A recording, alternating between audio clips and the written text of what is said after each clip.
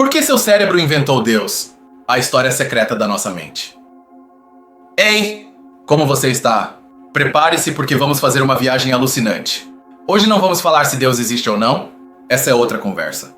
Hoje vamos explorar uma pergunta muito mais íntima e, para mim, mais fascinante. Por que, como espécie, temos essa necessidade quase universal de acreditar em seres superiores? Vamos descer juntos por 5 níveis de conhecimento, como se estivéssemos descendo as profundezas de uma pirâmide oculta? E eu prometo algo, quando chegarmos ao fundo, a maneira como você vê a história, a sociedade e até seu próprio cérebro terá mudado para sempre. Pronto para a descida? Ok, vamos começar pelo nível 1, a superfície, o que todo mundo sabe. A primeira e mais óbvia razão pela qual inventamos deuses é para explicar o mundo. Imagine que você é um humano de 50 mil anos atrás. Você não tem ideia de meteorologia nem de astronomia. De repente, um raio parte uma árvore ao meio. O que é isso? Não é a eletricidade estática, é a fúria de um deus do trovão. Por que o sol nasce todos os dias? Porque um deus o arrasta em sua carruagem pelo céu. Os deuses foram nossa primeira enciclopédia, nossa primeira ciência. A segunda grande ideia deste nível é que os deuses nos deram regras. Viver em grupo é complicado. Como você garante que as pessoas não roubem, não matem e colaborem? Criando um livro de regras cósmico. Pense nos 10 mandamentos ou em qualquer código moral religioso. A ideia de um grande irmão celestial que tudo vê e que o premiará ou castigará, mesmo após a morte, é o sistema de vigilância perfeito para manter sob controle os piores impulsos de uma sociedade. E isso nos leva ao terceiro pilar, a ideia de uma vida após a morte. De onde isso vem? Provavelmente de algo muito humano, os sonhos. Imagine que seu amigo morre em uma caçada. Você está devastado. Mas naquela noite você sonha com ele. Ele fala com você e parece tão real. Seu cérebro, que não entende a diferença entre esse sonho e a realidade, chega a uma conclusão lógica. Ele não se foi completamente. Seu espírito deve estar em outro lugar. Assim nasce a ideia de um mundo dos espíritos, o germe de todos os céus e infernos. E por último, neste nível superficial está o conforto. A vida é dura, muitas vezes injusta e sempre termina na morte. A crença em um plano divino, em um Deus que cuida de você e em um paraíso que o espera, é como um bálsamo incrivelmente poderoso contra a ansiedade e o medo existencial. É uma âncora no meio da tempestade do caos. Mas você já parou para pensar por que este placebo psicológico é tão eficaz e universal em quase todas as culturas da história? Então aí está, nível 1. Os deuses como explicação, como legisladores, como promessa de uma vida futura e como fonte de consolo. Esta é a ponta do iceberg, a versão que lhe contariam em uma aula de história básica. É verdade, mas não é nem de longe toda a verdade. Mas se isso é o que vemos na superfície, que motores secretos o movem por baixo? É hora de mergulharmos. Bem-vindo ao nível 2. Aqui é onde a magia começa. Lembra que dissemos que os deuses explicam o mundo como um raio? A primeira revelação é que nosso cérebro está programado para isso. Temos algo que os cientistas chamam de dispositivo de detecção de agentes hiperativo. É um nome complicado para uma ideia simples. Nosso cérebro tem uma tendência brutal a ver intenção onde não há. É um mecanismo de sobrevivência. Se você ouve um barulho na grama, é melhor pensar que é um tigre, um agente com intenção e não o vento. Aquele que pensou que era o vento às vezes era comido? Nós descendemos dos paranoicos. Esse mesmo erro que nos salva dos tigres nos faz olhar para o céu e ver a intenção de um deus em uma tempestade. Agora falemos das regras morais. Existe uma regra invisível que governa quase tudo na sociedade, o altruísmo recíproco. É basicamente a regra do hoje por você, amanhã por mim. Funciona em grupos pequenos onde todos se conhecem, mas em uma cidade de milhares, é fácil enganar. É aqui que os grandes deuses moralistas entram em jogo. Um deus que tudo vê é o policial definitivo. É como instalar uma câmera de segurança na consciência de cada pessoa. Você não engana não porque vai ser pego, mas porque o próprio universo está te vigiando. Isso permitiu que grupos de estranhos confiassem uns nos outros e construíssem civilizações. E quanto ao consolo que nos dão? Aqui entra em jogo um erro de fábrica do nosso cérebro chamado viés de confirmação. É muito simples. Seu cérebro não é um cientista objetivo. É mais um advogado defendendo um cliente que já sabe que é inocente. Ele só procura provas que confirmem o que já acredita. Se você acredita que um deus o protege e encontra estacionamento em um dia louco, dirá, é um sinal. Mas ignorará as 50 vezes em que não encontrou. Esse viés cria um ciclo de feedback que faz com que a fé se sinta constantemente validada pela vida cotidiana. Falemos da história da vida após a morte. A ideia se formalizou de verdade com a invenção da agricultura. Quando deixamos de ser nômades e nos assentamos, a terra se tornou super importante. E com a terra, os ancestrais. O culto aos ancestrais se tornou uma escritura de propriedade celestial. Esta terra é nossa porque o espírito do nosso tataravô a protege do além. Os mortos deixaram de ser apenas lembranças em sonhos e se tornaram guardiões poderosos e a base da identidade de uma linhagem. Se você prestar atenção, todos esses mecanismos ocultos que vimos não são falhas, na verdade eles resolvem um problema humano fundamental, o problema da cooperação em grande escala. Como você faz com que milhares de indivíduos egoístas trabalhem juntos por um bem comum? Você os coloca na mesma equipe, dá a eles um capitão invisível e todo-poderoso e os convence de que o jogo é eterno. É a solução da evolução para o caos social. E o último engrenagem deste nível que muda tudo são os rituais. Por que as religiões estão cheias de rituais estranhos, dolorosos ou que consomem muito tempo? Não são apenas para exibição. São o que se chama de sinal custoso. É como a cauda de um pavão, é tão grande e pesada que é um estorvo. Mas precisamente por isso, diz às fêmeas: olha como estou saudável e forte, que posso me dar ao luxo de ter isso. Um ritual doloroso ou um jejum prolongado diz ao grupo: veja o quanto estou comprometido, que sou capaz de pagar este preço. Você pode confiar em mim. Os rituais não são crenças, são a prova viva do compromisso, e isso cria uma confiança brutal entre as pessoas. E com isso fechamos o nível 2. Já não vemos apenas ideias, vemos as engrenagens, a paranoia de sobrevivência do nosso cérebro, a necessidade de um policial cósmico, o viés que nos autoconfirma e os rituais como prova de lealdade. Entender esses mecanismos não é para destruir a fé, é para nos entendermos melhor. Nos dá poder sobre nossos próprios impulsos. Mas se você achava que já tínhamos tudo claro, prepare-se, porque aqui é onde a história se torna um verdadeiro caos. Segure-se que descemos ao nível 3. Bem-vindo à desordem da realidade. Primeira grande controvérsia. O que veio primeiro, o ovo ou a galinha? Ou seja, a religião com grandes deuses permitiu o surgimento das grandes civilizações, ou as grandes civilizações, uma vez formadas, precisaram inventar grandes deuses para não desmoronar?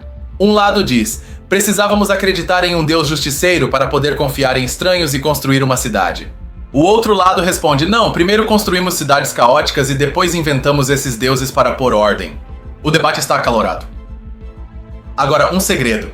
Deixe-me desmascarar um mito que você certamente ouviu 1000 vezes. A religião é a causa da maioria das guerras. Bem, não exatamente. É uma mentira conveniente. A verdade é que a maioria das guerras é travada pelo de sempre: terra, poder, recursos. A religião geralmente não é a causa, mas sim a melhor ferramenta de justificação. É a bandeira perfeita para unir seu povo e desumanizar o inimigo. Por que adoramos acreditar nesse mito? Porque é uma resposta simples e emocional para um problema complexo. E nosso cérebro adora respostas simples. E aqui vem um paradoxo que te faz quebrar a cabeça. Como a mesma religião pode inspirar uma pessoa a construir um hospital para os pobres e outra a derrubar um avião contra um prédio? Não é que uma seja boa e a outra má. É que a religião é um amplificador poderosíssimo da nossa psicologia tribal, do nós contra eles. Para os de dentro do grupo, inspira um amor e um sacrifício incríveis. Mas para os de fora, pode inspirar um ódio e uma violência igualmente extremos. É a mesma moeda, com duas faces terrivelmente opostas. E isso nos leva a uma pergunta ética incômoda. Pensemos nessa promessa de um paraíso após a morte, algo que a maioria aceita sem mais. Isso é realmente bom? Ou a crença em uma recompensa celestial faz com que desvalorizemos nossa única vida aqui e agora? Se o melhor está por vir, isso não nos dá uma desculpa para tolerar a injustiça, a desigualdade e o sofrimento neste mundo? Isso o obriga a se perguntar: isso é realmente correto?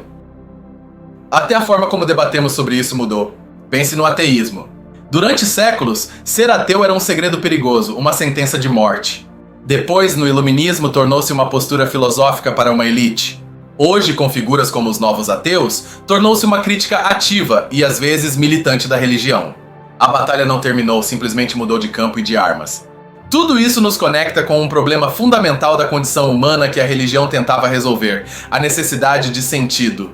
A religião te dá um pacote completo, te diz de onde você vem, o que você tem que fazer e para onde você vai. É um GPS para a vida. Em um mundo cada vez mais secular, esse GPS se desligou. E cada um de nós tem a tarefa, ao mesmo tempo libertadora e aterrorizante, de construir seu próprio mapa e encontrar seu próprio norte. É o grande desafio da nossa era. O nível 3 nos deixa aqui, no meio de um campo de batalha de ideias. A realidade é desordenada, cheia de debates sobre causa e efeito, paradoxos morais e perguntas éticas, sem uma resposta fácil nem única. E isso está bem. A vida é complicada. Muito bem. Você sobreviveu ao caos. Demonstrou que não se contenta com respostas fáceis. Agora é a hora de ver os detalhes que separam os curiosos dos verdadeiros conhecedores. Bem-vindo ao nível 4. Isso que vou te contar agora você não vai encontrar em uma busca rápida no Google. Antes que existissem os deuses organizados como Zeus ou Yahweh, existia o xamanismo. Esta é muito provavelmente a proto-religião, o software original da espiritualidade humana. O xamã não adorava um deus no céu. Ele viajava frequentemente com a ajuda de plantas psicodélicas ou transes para um mundo dos espíritos para negociar com eles, para curar, para encontrar caça. A religião não começou com a adoração, mas com a negociação. Prepare-se para uma ideia potente, a neuroteologia. É o estudo da base neurológica da experiência religiosa. Alguns cientistas propõem que nosso cérebro poderia ter, literalmente, um buraco em forma de Deus. A analogia é esta. Imagine que seu cérebro é um computador que vem de fábrica com uma porta USB transcendental. Você pode conectar qualquer coisa a essa porta, o Deus cristão, a meditação budista, a imensidão da natureza ou até mesmo a emoção de um jogo de futebol. Mas a existência da porta, essa capacidade de sentir uma conexão profunda e transcendente, é parte do nosso hardware neurológico. E agora, deixe-me contar a história de um herói secreto, um homem chamado Ibn Khaldun. Ele foi um erudito árabe do século XIV, há mais de 600 anos. Muito antes dos grandes pensadores europeus, ele desenvolveu uma teoria incrível. Ele disse que a função principal da religião não era teológica, mas social. Criava algo que ele chamou de asabia, que poderia ser traduzido como solidariedade de grupo ou espírito de corpo. Para ele, esta asabia, frequentemente impulsionada pela religião, era o motor que fazia as civilizações nascerem, conquistarem e finalmente desmoronarem. Um gênio esquecido que viu a religião como a cola da sociedade. Agora, uma teoria rebelde, daquelas que explodem sua cabeça, a teoria da mente bicameral de Julian Jaynes. É uma loucura, mas ouça. Jaynes propôs que até uns 3.000 anos atrás, os humanos não eram conscientes como somos agora. Não tínhamos um eu interior que dialoga consigo mesmo. Em vez disso, o hemisfério direito do cérebro gerava vozes que o hemisfério esquerdo interpretava como uma alucinação auditiva, a voz de um deus, um rei morto ou um chefe. Literalmente, eles ouviam seus deuses lhes dando ordens. É uma teoria muito debatida, mas nos obriga a pensar na consciência de uma forma radicalmente distinta. E aqui vai um dado científico que choca de frente com o senso comum. Alguns estudos muito interessantes descobriram que, em certos contextos, as pessoas muito religiosas tendem a ser menos generosas com estranhos anônimos, o grupo de fora, do que as pessoas ateias. Isso contradiz a ideia simples de que a religião te faz boa pessoa. Por quê? Porque, como vimos antes, a moralidade religiosa pode fortalecer muitos laços com seu próprio grupo, mas às vezes à custa de traçar uma linha mais espessa com aqueles que não pertencem a ele. A moralidade não é um interruptor de ligar-desligar, é um botão com muitas nuances. E agora o momento ahá. Vamos conectar tudo. Lembra dos rituais custosos de que falamos, aqueles que serviam para provar a lealdade ao grupo? Pois bem, a neurociência descobriu algo fascinante. Esses rituais intensos, dançar a noite toda, cantar, jejuar, provocam uma liberação massiva de neuroquímicos como endorfinas e dopamina no cérebro. E o que esses químicos fazem? Geram sentimentos de euforia, conexão e transcendência. Em outras palavras, o ritual social ativa a porta USB transcendental neurológica da qual falamos antes. O mecanismo social e o mecanismo cerebral são duas faces da mesma moeda. Juntos fazem com que a experiência do divino pareça esmagadoramente real. Boom! Fechando o nível 4. Como você vê, esses detalhes não são apenas para nerds. Entender o xamanismo como origem, a neuroteologia, pensadores esquecidos e a conexão real entre um ritual e a química do seu cérebro nos dá uma visão de mundo muito mais rica, autêntica e profunda. Chegamos ao limite do que se sabe. Estamos na borda do mapa onde diz aqui há dragões. Você se atreve a olhar além para a última fronteira? Bem-vindo ao nível 5. Primeira parada na fronteira do desconhecido. Qual é o futuro da crença? Uma possibilidade fascinante e aterrorizante é a dos deuses IA. Poderíamos criar uma inteligência artificial tão avançada que seus processos de pensamento nos seriam incompreensíveis como os nossos seriam para uma formiga. Uma IA que gerencia a sociedade, resolva as mudanças climáticas e nos guie. Não começaríamos a reverenciá-la? A consultá-la como um oráculo? Poderíamos estar no limiar de criar pela primeira vez uma religião tecnológica. E isso nos leva à pergunta mais profunda de todas, uma para a qual ninguém, nem a ciência nem a filosofia, tem resposta. O que é a consciência? Tudo isso, nossa ciência, nossa arte, nossos deuses, é um produto da mente consciente. Mas não temos a menor ideia do que é, porque existe ou se é algo mais do que um simples epifenômeno de neurônios disparando? É nossa necessidade de acreditar uma característica fundamental da própria consciência, tentando se compreender? É o mistério definitivo. Agora, uma ideia filosófica que vai te deixar pensando por uma semana. E se Deus não é um ser, mas um processo? E se Deus é simplesmente o nome que demos à tendência inegável do universo de se auto-organizar em estruturas cada vez mais complexas? Desde as partículas subatômicas até as estrelas, a vida, a consciência e a civilização, talvez não fomos criados por um Deus? Talvez nós sejamos o universo tomando consciência de si mesmo e a palavra Deus seja nossa tentativa desajeitada de nomear esse surpreendente processo criativo do qual fazemos parte.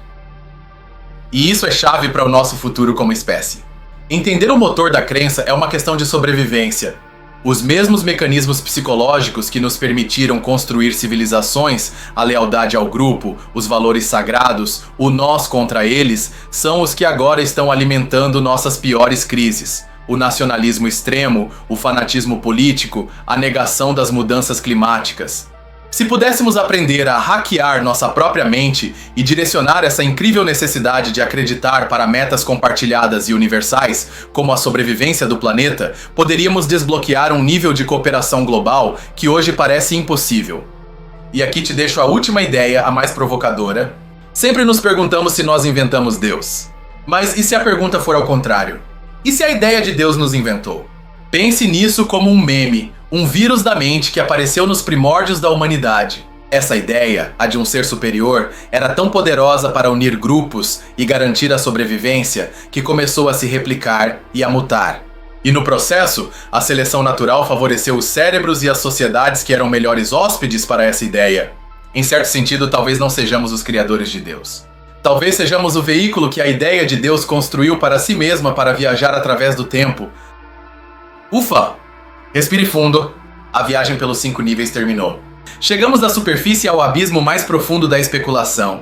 Agora, com esta nova e vertiginosa perspectiva, é hora de contemplar o panorama completo. Lembra como começamos? Com aquela ideia tão simples e familiar de que inventamos os deuses para explicar os trovões? Era uma resposta simples para um mundo aterrorizante. E veja onde chegamos. Contemplando a possibilidade de que não sejamos os inventores, mas a invenção, de que a ideia de Deus seja um processo evolutivo que moldou nossa biologia e que nosso futuro como espécie dependa se aprendermos a direcionar esse antigo e poderoso motor da crença. Passamos de uma resposta infantil para uma pergunta que redefine o que significa ser humano. Essa, meu amigo, foi nossa jornada. E agora te pergunto diretamente. De toda esta viagem através dos 5 níveis, qual foi a ideia que mais te impactou? Aquela que fez seu cérebro dar um salto? Quero te agradecer de coração por dedicar seu tempo e sua atenção a esta descida. É o maior presente que você pode dar. Por favor, compartilhe essa ideia que ressoou em você nos comentários, mal posso esperar para te ler. E se você gosta dessas viagens profundas que te deixam pensando por dias, já sabe o que fazer. Inscreva-se porque temos muitos mais mistérios para explorar juntos. Até a próxima!